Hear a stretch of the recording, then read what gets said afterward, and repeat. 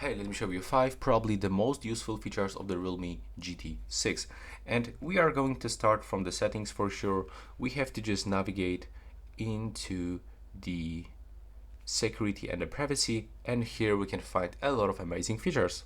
Like when you scroll down, first of all, we can for example find the app lock. So yes, in this smartphone, we can actually set the password for every application that we have on this phone, but we have to just create the privacy password.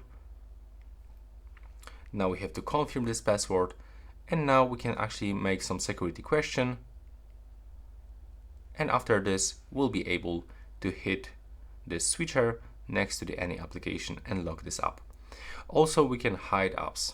If you also input your privacy password, you are able to hide any application that you have on your smartphone by just clicking on the switcher.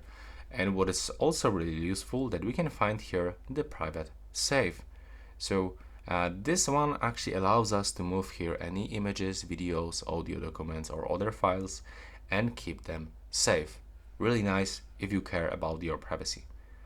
And here we've got the system cloner, and what it does, it actually basically create a separate system for apps and the data. So it works like this second account on the Windows PC, like guest account or something like this. So you will feel like almost you've got two different phones. And there was like 4 tips, but I'm gonna show you the one additional. We have to go into this additional settings, into the Realme app, where you can actually check your heart rate by clicking here, putting your finger on the sensor. You can just make some measurement and check your resting heart rate, for example. So as you can see, in my case it's around 69 and it's pretty accurate. Actually, I was checking this with the Apple Watch. Take a look right here. I also had 74 a few moments ago. We can check and see how it looks right now.